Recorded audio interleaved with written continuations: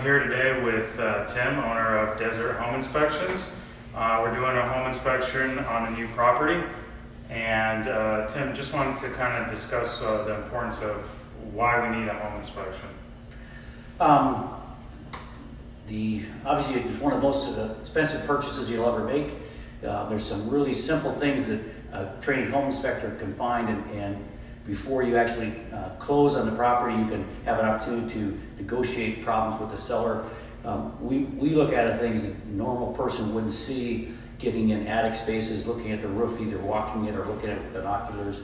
We use tools like infrared cameras and infrared thermometers to test temperatures for heating and air conditioning, test temperatures in ovens. Basically, we'll go through and inspect every item on the property, look at every square inch of the property that is accessible, and give you a full report as the condition of the property and all of its components.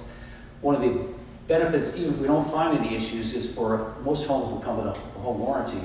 And the home warranty companies are insurance companies, and so they love the term pre-existing condition, which means they won't cover it. So one of the things I'm doing is obviously finding any defects in the home, but I'm also establishing the condition of all the components in the home at the time of purchase, so that when that air conditioning unit fails in the future or the water heater leaks in the future, the home warranty company can't say it was a pre-existing condition, because we'll have documented the condition and the functionality of all the components of the house prior to close. Obviously, operate all the appliances, every light fixture, and as I go, I take pictures of everything. I have this cool little app on my phone with all the parts and pieces of the house, electrical components, all the plumbing components, and I comment on all the parts and pieces of it. And I take pictures of everything, good and bad. So I'll start with the kitchen. I just take an overview shot of the kitchen, and then I have a photo of everything in operation, either the faucet running, the microwave with a thermometer on it showing it worked, temperature readings in the refrigerator, temperature readings in the oven.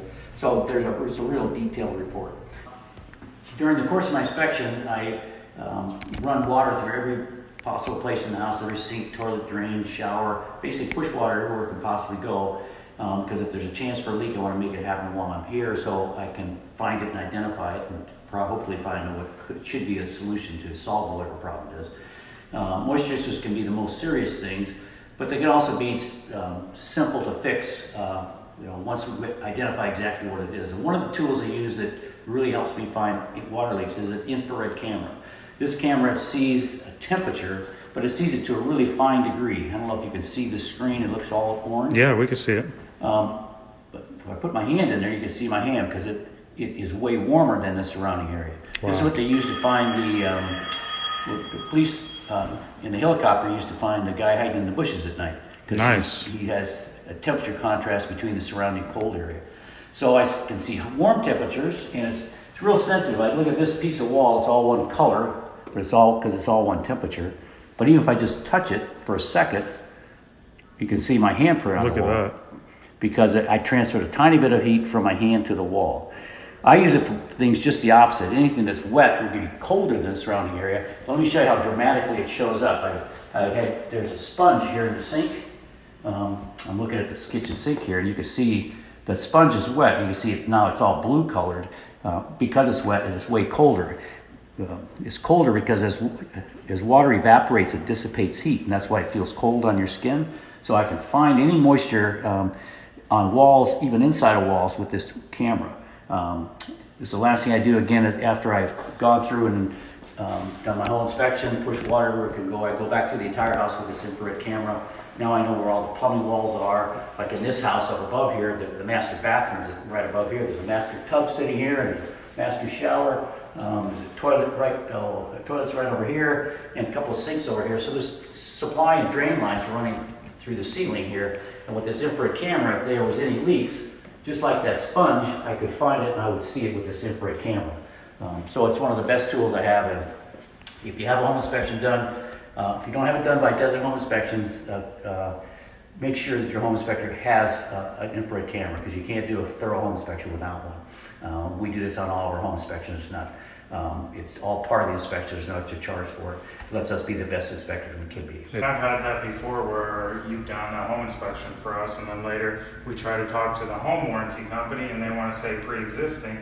Then I show them the report. It was working at the time. You have your temperature going to the AC or the heater, and it shows that it's working. Another question I had is, a lot of buyers who buy new homes think you don't need a home inspection.